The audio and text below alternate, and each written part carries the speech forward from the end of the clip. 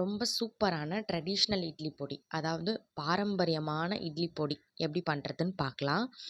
இது இது வச்சு சாப்பிட்டோன்னா அவ்வளோ டேஸ்ட்டாக இருக்கும் நல்லெண்ணெய் கூட. இதுக்கு இதெல்லாம் தான் தேவையான இன்க்ரீடியன்ட்.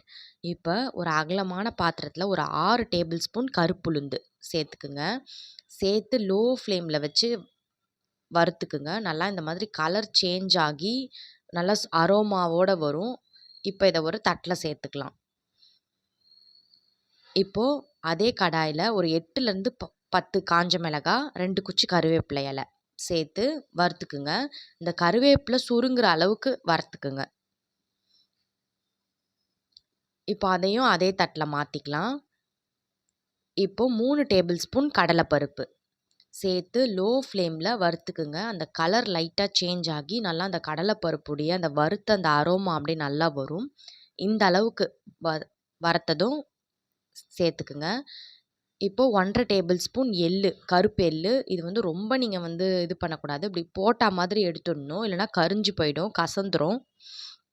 அதையும் தட்டில் மாற்றிக்கலாம்.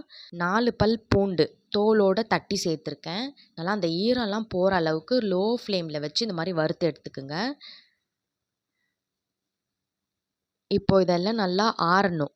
ஆற விட்டுருங்க. இப்போது ஒரு மிக்சர் ஜாரில் காஞ்ச மிளகாய், அப்புறம் நம்ம என்னென்னலாம் வறுத்து வச்சோமோ அது எல்லாத்தையுமே இது கூட சேர்த்துக்குங்க.